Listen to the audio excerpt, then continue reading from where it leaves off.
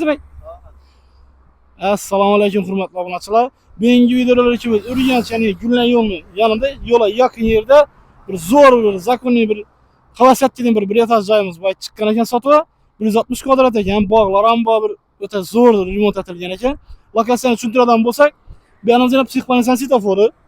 Bu yanimiz Sputnik Power svetoforu. Şu ikisinin ortasında bir de Galaxy avtosalonumuz var. Şu Galaxy avtosalonun dik arkasında bu joyimizdan zo'r shikan remont etilgan ekan. Lokatsiyamizda Moshida joylashgan.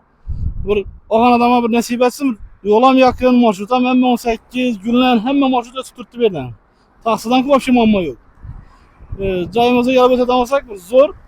Eğer men aytib o'tamiz ham kim joyini sotmoqchi, sotib olmoqchi, ijara olmoqchi bo'lsa, shu ekranda nomerlarni murojaat etaveringlar, har ikkalasi ham yordam beramiz. Hem aytib o'taylik. Shu videomiz kimga bir manfaatli bo'lsa, bir like bosib qo'yishni unutmanglar. Qanday joyimizni video uzatamiz. Hurmatli obunachilar, aytib o'tgan uyimizga yetib keldik. Uyimiz yine shuni ko'rinishda ko'cha kanalizatsiyalar chiqarilgan, vodoprovod, svet, suv, gaz hamma o'tirilgan, o'chirishlar ham qistirilgan. 100% dokument tayyor ekan formini. Joyimizni 160 kvadrat, 8 ga 20 metr ekan. Ko'cha qismidan boshlaymiz, garaj ham bor bu joyimizni. Gaz svet o'chirishlar joylashgan. Garajimiz yine ancha keng razmerda tushgan. Polni mashina girib chiqib turibdi. Bir jentrani sig'dirib g'az chiqartirdik, jentra turadi paket. Shu ko'rinishda ota binolarimiz reyestrlarimiz qo'yilgan. Oyoqlarimiz tashkillantirilgan. Patroqlarimiz plastik bilan qoplangan. Bu tarafda giravaj eshiklarimiz, damir eshiklari yaxshisidan qo'yilgan, sifatlisidan. Giravajimiz bilan dalonimiz, ya'ni qo'limiz. Bedena qo'l yuvish uchun rakonalarimiz, hamma o'zlarimiz o'ta go'zal darajada qo'yilgan ekan.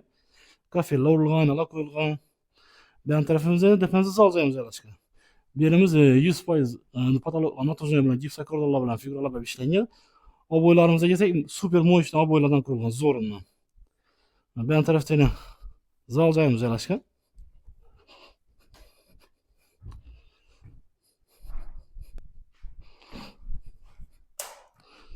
Zal joyimiz ham kichkina emas.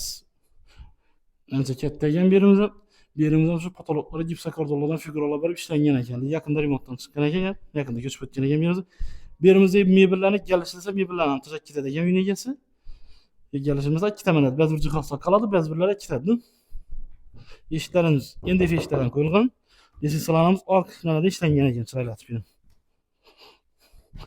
Bu yerimizdan shu mebellarimiz va televizorlarimiz kelishilsa, ularni tuzab ketaman dedi uy egasi. Oyoqlarimiz g'ollar joyga.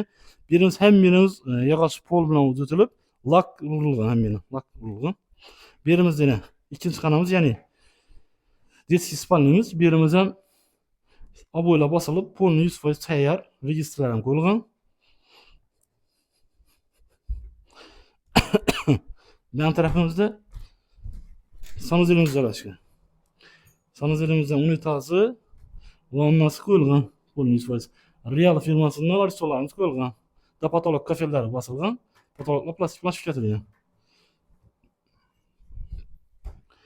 Bu yerda endi 3-xonamiz, ya'ni kattalar spalnisi. Bu yerimiz ham shu 100% oboydan chiqarilgan, hamma joyi tayyor. Zamonaviy registrlarimiz qo'yilgan, formalari zo'rindan qo'yilgan.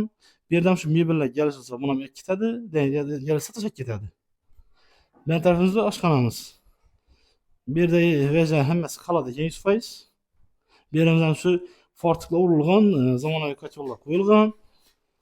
Hamma tayyor bu yerdan. Bu tarafda bog' qismimiz ham bor bu yerda. Bog'imiz ham kichkina emas. Ziloniy zonalar aytilgan. Daraxtlar quyilgan chiroylatib.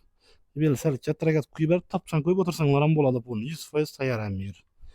Joyimizning narxini keladigan bo'lsak, ekran chiqarib qo'yamiz. Kimni qiziqtirsa, ekranda nomerlarga murojaat etib qiziqaverasizlar. Kimda kim shu videomizni yoqqansa bir like bosib qo'yishni unutmanglar. E'tibor uchun rahmat hammaga.